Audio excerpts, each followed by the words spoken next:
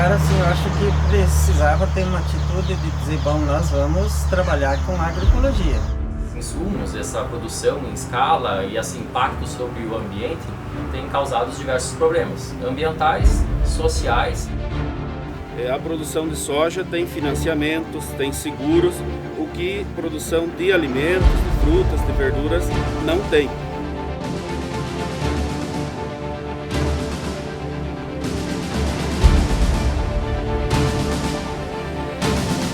Então, a região sudoeste é uma região relativamente nova, né? Aqui onde a Acessório está localizada, é uma região que hoje tem um pouco mais de 600 mil habitantes, mas que tem a sua história de forma recente, né? Então ela tem um período de colonização a partir dos anos 30, com mais aceleração a partir dos anos 40, e que no decorrer desses anos foi sempre marcada pela forte presença da agricultura familiar. E essa agricultura familiar se caracterizou ao longo do tempo pela produção de alimentos diversificados para consumo familiar e para venda local, né? Então uma agricultura de subsistência com venda do excedente. Então hoje nós temos uma produção minimamente diversificada. Trabalhamos com a produção de hortifruta, onde o carro-chefe são as folhosas. Aí a gente tem também para o consumo os animais, suínos, os bovinos, e trabalhamos com produção de grão. Então a produção de grão ela é toda para venda e no mais a horta e os animais primeiro para o consumo da família e depois sim também comercializamos esses produtos. Mas no decorrer dos anos, a partir dos anos 80, 90, essa característica acaba mudando um pouco, né? A agricultura familiar acaba incorporando um pouco do que a gente chama do modelo do agronegócio, impulsionada até por políticas públicas para esse caminho. Então, a partir dos anos 80, 90 e desde então, a agricultura familiar tem deixado aos poucos de produzir alimento e rumado mais a produção de monoculturas. Que com o avanço da soja, principalmente dos anos 90 para frente, muitos agricultores familiares perderam a sua identidade como produtores de alimento. Muitos agricultores acabaram até mesmo com a sua horta para plantar soja. Então isso impactou financeiramente. Hoje muitas famílias agricultoras têm que buscar fora o seu alimento. Também impactou principalmente nessa questão da qualidade dos alimentos. Então, as monoculturas, elas se viabilizam, digamos assim, para a produção em escala, né? Precisa cada vez mais produzir em maiores áreas, avançar sobre áreas nativas, né? E ela é produzida basicamente a partir do uso de uma grande quantidade de insumos químicos, para adubos e agrotóxicos, né? Esses insumos, essa produção em escala e esse impacto sobre o ambiente tem causado diversos problemas ambientais, sociais e também impacta sobre aquelas famílias que querem produzir alimentos diversificados e saudáveis, né?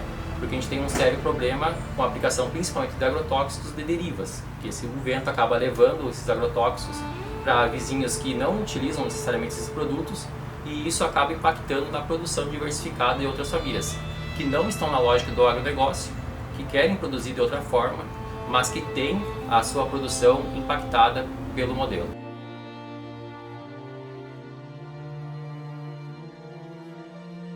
Sim, a gente tem que se proteger, tem que construir barreiras. Então eu entendo que em primeiro lugar teria que fazer essa demarcação, sabe, assim, para quem quisesse produzir de outra maneira, na diversificação de alimentos, na forma de alimentos saudáveis, livres de agrotóxico, de transgenia, ou seja, no agroecológico, teria que ter uma proteção, sabe, assim, até ambiental, sabe. Infelizmente, os dados nos mostram um aumento massivo do uso desses agrotóxicos, né?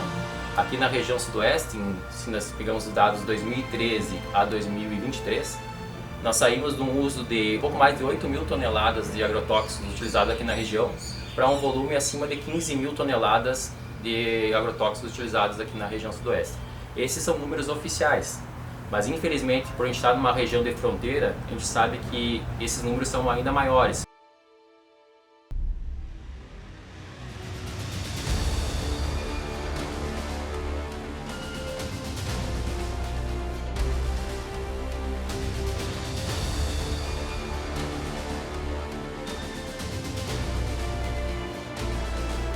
Acho que, em primeiro lugar, é vontade política dos governantes, nos 3 níveis, né? Municipal, estadual e federal. Nos municipais, aliás, na nossa região não existe nenhuma, né? Política para a agricultura familiar, muito menos para contrapor o modelo na agroecologia. Não existe, né? A nível de estado também não, né? E a nível federal, eu acho que todo esse tempo é insuficiente para impactar, sabe? Assim, eu venho pensando nisso porque, se você olhar, é sempre uma política de compensação, sabe? No meu entendimento, né?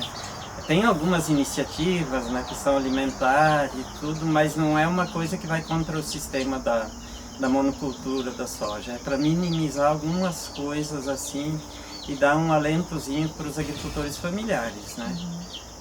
Mas assim, é muito incipiente, eu acho, assim, muito pouco recurso, muito pouca vontade de realmente contrapor o modelo. Eu acho que qualquer governo de direita ou de esquerda no Brasil nunca teve uma proposta de mudança do modelo tecnológico, né?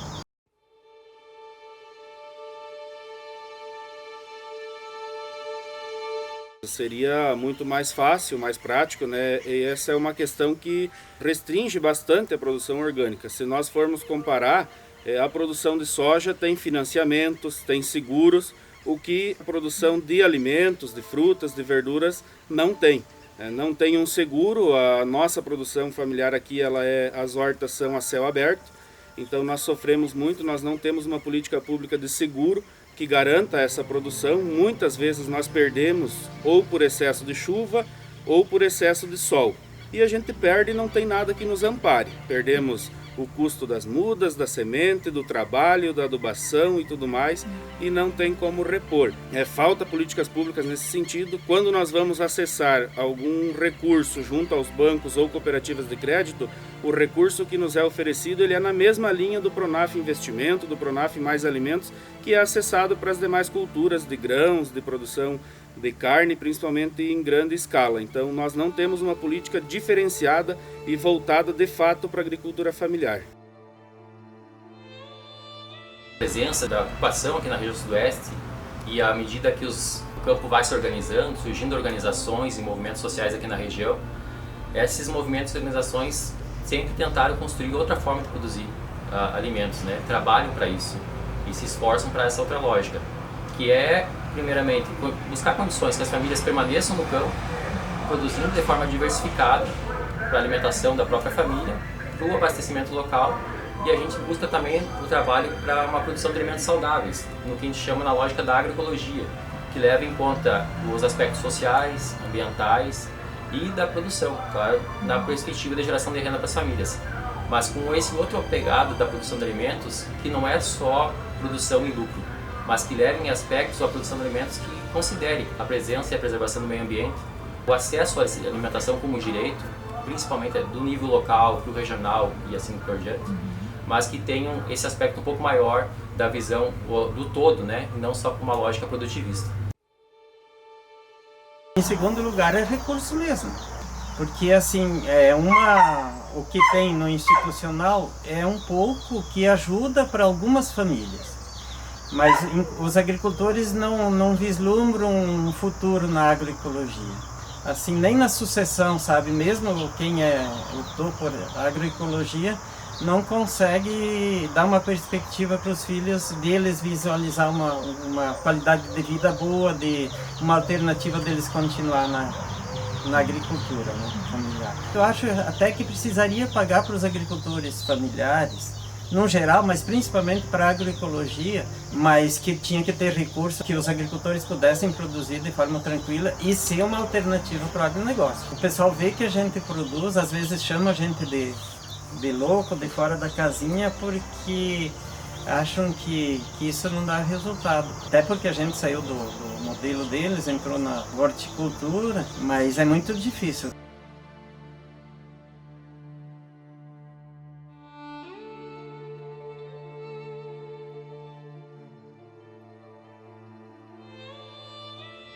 E a Acessoar tem sempre buscado isso, criar acompanhamento a famílias de forma coletiva contra organizações, criar espaços organizativos de produção, de comercialização, para que esse alimento possa ser produzido da forma mais saudável possível. A gente acredita que o alimento saudável, o alimento ecológico, um alimento mais limpo, que assim deveria ser o padrão da alimentação. E esse padrão não pode ser visto como um nicho de mercado, só para uma elite acessar, ou só para um mercado de exportação.